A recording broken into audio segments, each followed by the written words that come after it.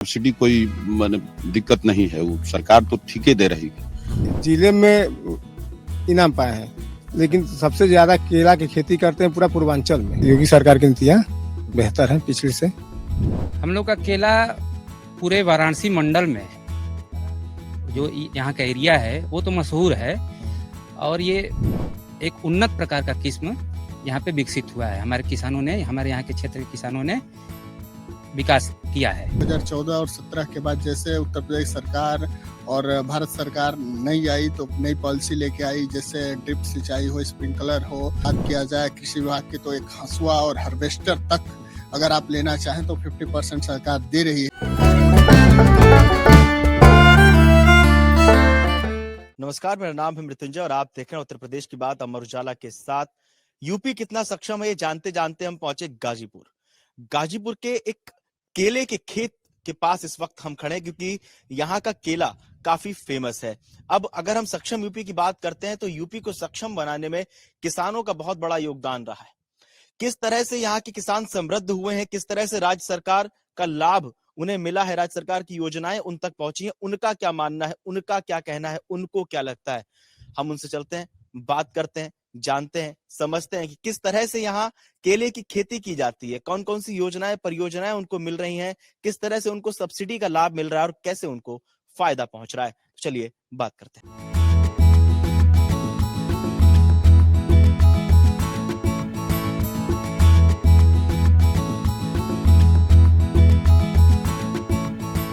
केले की खेती करते। केला पिछला साल तो 28-30 बीघा था, इस साल 15 बीघा है। केले का हर साल तो रेट ठीक रहता था, पिछला साल कुछ डाउन गया है। अच्छा, जिससे किसानों को काफी दिक्कत हुई है। ऐसा है कि पीछे हम लोग खेती तो अनाज की करते थे, जिसमें कोई अच्छा बेनिफिट नहीं था।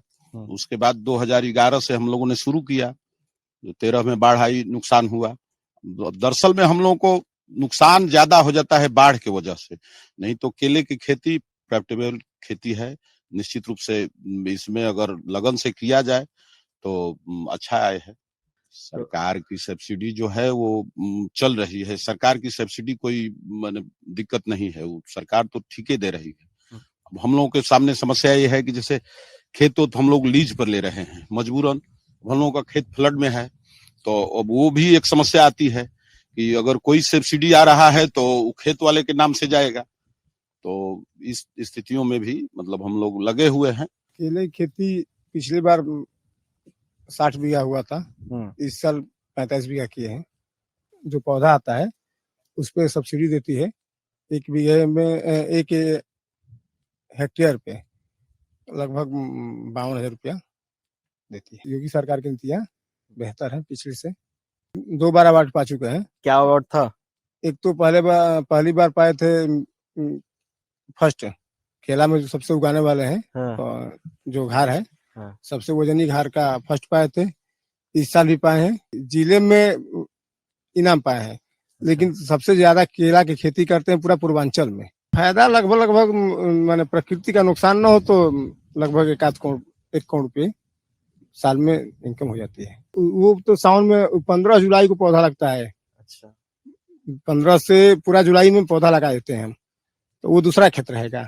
अच्छा। ये खेत कटेगा, फिर इसके बाद अब अगली साल काटेंगे और उसके अगली साल इसमें फिर पौधा लगाएंगे। देखिए, देखा जाए तो हमारे यहाँ पहले पारंपरिक खेती हुआ करती थी, इसमें मोटे अनाज हुआ करता था।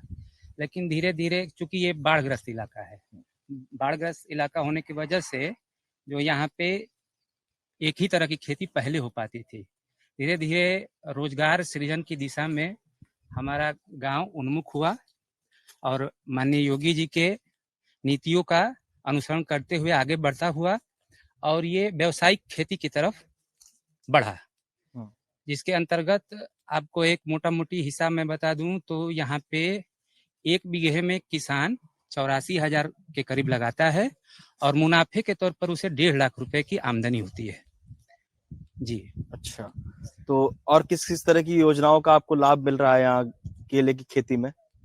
केले की खेती में हम लोग को बहुत बढ़िया सब्सिडी भी मिलती है। करीब 1 बीघे में 55,000 के करीब सरकार की तरफ से मिल जाता है।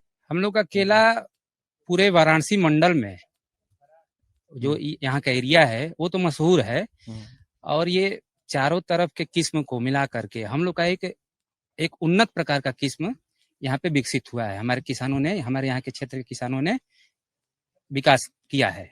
जी, मैं जब वयस्क हुआ तो मैंने खेतों में देखा कि परंपरागत खेती होती थी, और मैंने कोई सरकारी नौकरी का अप्लाई नहीं किया। डबल एमए करने के बाद मैं खुद को एग्रीकल्चर ही हमारा ड्रीम था, तो मैं उसमें जाना चाहा। और फिर धीरे धीरे 2014 और 17 के बाद जैसे उत्तर प्रदेश सरकार और भारत सरकार नई आई, तो नई पॉलिसी लेके आई, जैसे ड्रिप सिंचाई हो, स्प्रिंकलर हो, तमाम हो, चाहे बात किया जाए कृषि विभाग की, तो एक हंसुआ और हार्वेस्टर तक अगर आप लेना चाहें तो 50% सरकार दे रही है। तो चाहे यंत्रीकरण की बात की जाए तब, या फिर स्मार्ट फार्मिंग की बात की जाए, तो समय समय पर जो सरकार पॉलिसी लेके आती है, या फिर बजट में भी बढ़ा के मिलता है, और किसानों के लिए सब कुछ मिलता है। अगर किसान अपने खेत से लेके और विभागों तक जाए या खेत में भी काम करे, तो विभाग के लोग खुद खेत पर आकर आपको सजेस्ट करते हैं और योजनाओं का लाभ देते हैं। देश में प्रधानमंत्री की, मोदी जी की सरकार आई और उत्तर प्रदेश के अंदर योगी जी की सरकार आई,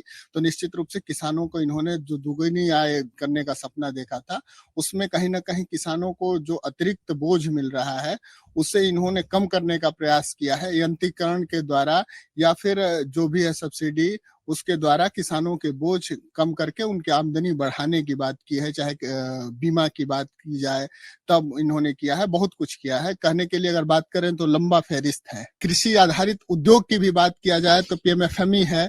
उसी तरीके से उद्यान की बात की जाए, एकीकृत बागवानी मिशन केंद्र सरकार की योजना थी, तो कई लोग लाभान्वित नहीं हो पाते थे, लेकिन मुख्यमंत्री जी ने अभी इस बजट में उन्होंने शामिल किया कि जितना केंद्र सरकार दे रही है, जितने लाभार्थी हो रहे हैं उनका नंबर खत्म हो रहा है, तो बाकी उत्तर प्रदेश सरकार दे रही है उनको लाभान्वित भी किया जाए, और जो लोग प्रधानमंत्री जी की योजनाओं से छूट रहे हैं उन्हें फिर बाकी किसानों को जोड़ा जाए।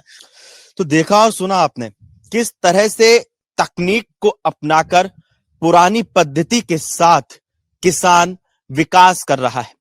राज्य सरकार की योजनाएं किस तरह से लाभ भी पहुंचा रही हैं। यहाँ के जो केला उगाने वाले किसान हैं उन्होंने क्या कुछ बताया आपने सुना। आप लोगों को क्या लगता है आप हमें कमेंट बॉक्स में जरूर बताएं।